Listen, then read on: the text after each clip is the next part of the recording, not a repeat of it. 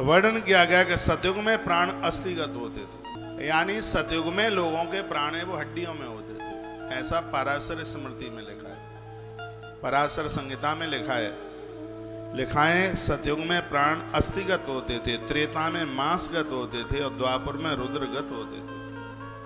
इस संहिता में खून के दान को भी बहुत बड़ा दान बताया गया है।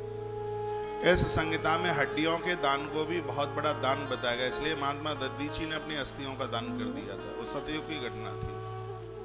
सतयुग में प्राण अस्थिगत हड्डियों में होते थे, त्रेता में प्राण मांसगत, शिव दधीच हरचंद्र नरेशु, ऐसे भी राजा हुए जिन्होंने अपना मांस तोल करके दे दिया कबूतर के बदले, तो उसको भी दान में माना गया। का सतयुग में प्राण अस्थिगत होते थे, त्रेता में जो प्राण हैं वो मांसगत होते हैं, द्वापर में रुद्रगत होते हैं, और कलयुग में जो प्राण है वो अन्नगत होते हैं। कलयुग में प्राण अन्न में बसे हैं, इसलिए महात्मा पराशर कहते हैं कलयुग में यदि किसी ने अन्न का दान किया है तो वह सतयुग के हड्डियों के बराबर है, वो साक्षात प्राण दान के बराबर है। ऐसा इस स्मृति में लिखा, तो कलयुग में जो प्राण हैं वो अन्न में हैं, और यदि इस कलकाल में किसी ने अन्न का दान किया है उसे आप साक्षात प्राणों का दान मान लीजिए, उसने प्राणों का दान कर दिया है।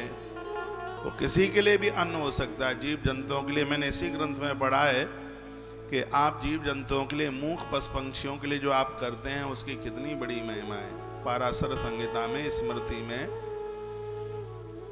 इसका बहुत विस्तार पूर्वक इसमें वर्णन किया गया। जीव जंतुओं के लिए, दरवाजे पर आने वाले अतिथियों के लिए, मानव जाति के लिए, किसी के लिए भी आप उसके पेट में अन्न जल पहुंचाते हैं तो उसकी इतनी बड़ी महिमा। आप किसी को अन्न दे देते हैं, सुमेरु पहाड़ का दान संकल्प करने का फल मिलता है।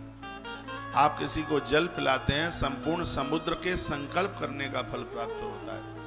इसी स्मृति में एक आध बार दिखाओगे स्मृति की तस्वीर।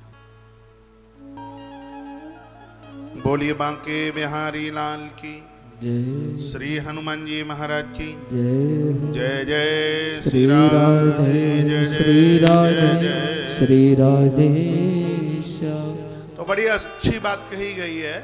इस कलयुग में अन्नदान सतयुग के अस्थियों के दान के बराबर है, त्रेता के मांस के दान के बराबर है, द्वापर के रुद्र दान के बराबर है, और कलयुग में अन्नदान साक्षात प्राण दान के बराबर है। बहुत बड़ा दान बताया है। भूखे को भोजन कराना, प्यासे को जल पिलाना, उसकी बहुत बड़ी महिमा का वर्णन महात्मा पराशर ने अपने मुख से किया।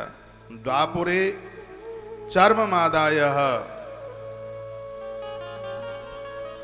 और अन्नेनः कलियुग, अन्न में प्राण कलयुग में है।